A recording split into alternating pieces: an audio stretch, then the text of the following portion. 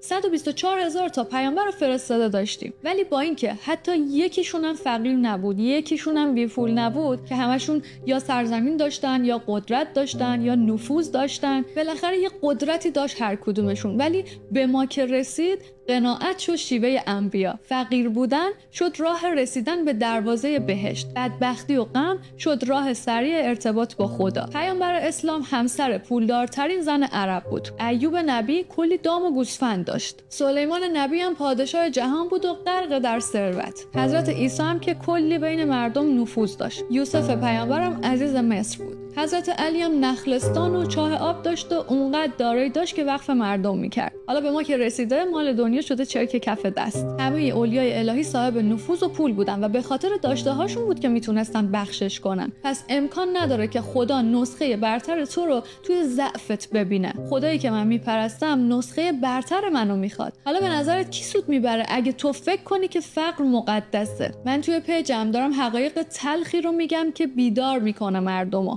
اگه دوست داشتی پیجمو فالو کن تا بتونی امسال نسخه برتر خودتو بسازی.